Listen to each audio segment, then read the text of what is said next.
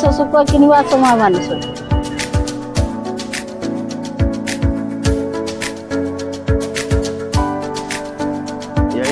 शनिवार ठू रविवार शनिवार सब बड़ बेपारी आसती आंध्रा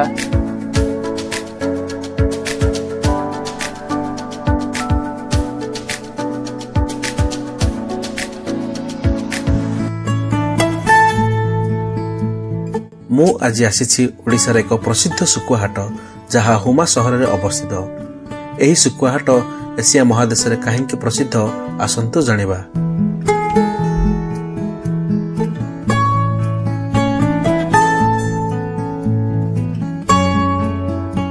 एही वीडियो रे आपण माने देखि परिबे हाटर दृश्य, शुखुआ तैयारी प्रक्रिया, देश विदेश को शुखुआ रप्तानी एवं एठिकार लोक मानकर जीवन शैली।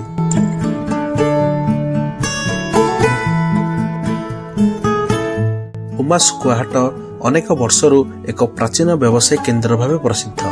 एठारे विभिन्न प्रकार शुखुआ उपलब्ध होइथाय।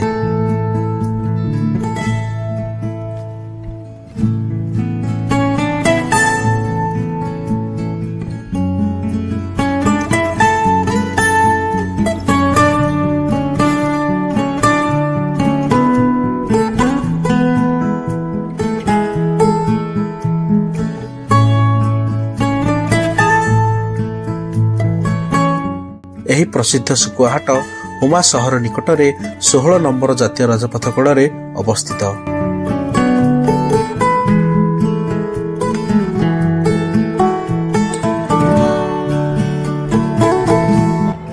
आस मामा से शुखुआ किनिबा आस आस पथरमुंडी गपरंगी साबला पथरमुंडी शुखुआ अलना काबला चांदी।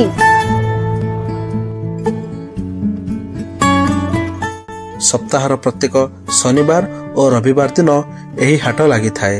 शनिवार हाट बड़ बड़ व्यवसायी मानक पई एवं रविवार हाट साधारण लोक मानक पई लगी थाए।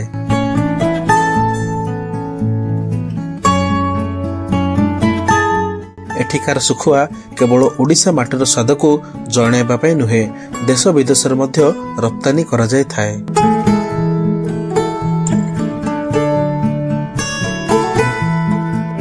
राज्यर को जगह को शुखुआ होता है ये आज्ञा राज्यर प्रत्येक डिस्ट्रिक्ट ये आज्ञा जाए। प्रत्येक डिस्ट्रिक्ट खुचरा व्यापार या नहीं कि कस्ट माने डोर टू डोर व्यापार करती एवं किसी व्यापारी अच्छा होलसेलिंग करी गोटा डिस्ट्रिक्ट गोटा ब्रांच रे छोट छोट व्यापारी की दियंती एवं किसी व्यापारी डायरेक्ट आसिकी नियंती एवं प्रत्येक सप्ताह रविवार दिन ये हाटटी लगे। हाट आज्ञा मिनिमम 20 ରୁ 30 प्रकार शुखुआ मिले। से लुणी उपर कोकोली काबेला मरुआ चांदी पाम्पलेट इलिशी हंगा एभली अनेक प्रकार।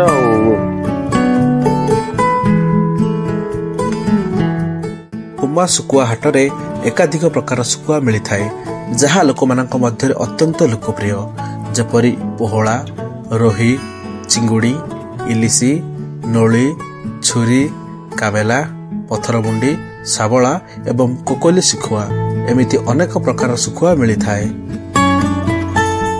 एठिकार शुखुआ प्रस्तुति शैली एक भिन्न धरणर। प्रथमे समुद्र ताजा माछ धरी आनी ताको भल भाव धोई से सठिक परिमाण लुण लगाई रखी दि जाए। पुणी थरे सही माछ को सूर्य किरण रे बहुत दिन जाए सुखाई दि जाए। केतेक माछ को खास मसला द्वारा प्रस्तुत करा जाय थाए। एही प्रकार शुखुआर चाहिदा बाजार रे बेस अधिक रही थाए। हुमा शुखुआ हाटर एही दृश्य आपण मानकु एक नुआ अनुभव देथिबे बोली आशा करूछि। यह केवल एक हाट नुहे, एक संस्कृतिर प्रतीक मध्य। जदि एही भिडियोटी आपण मानकु भल लागि थाए लाइक और कमेंट करंतु एवं चैनल को सब्सक्राइब करंतु। एहीपरि भिन्न धरणर भिडियो देखिबा पई आम सहित जोड़ी रुहंतु। धन्यवाद।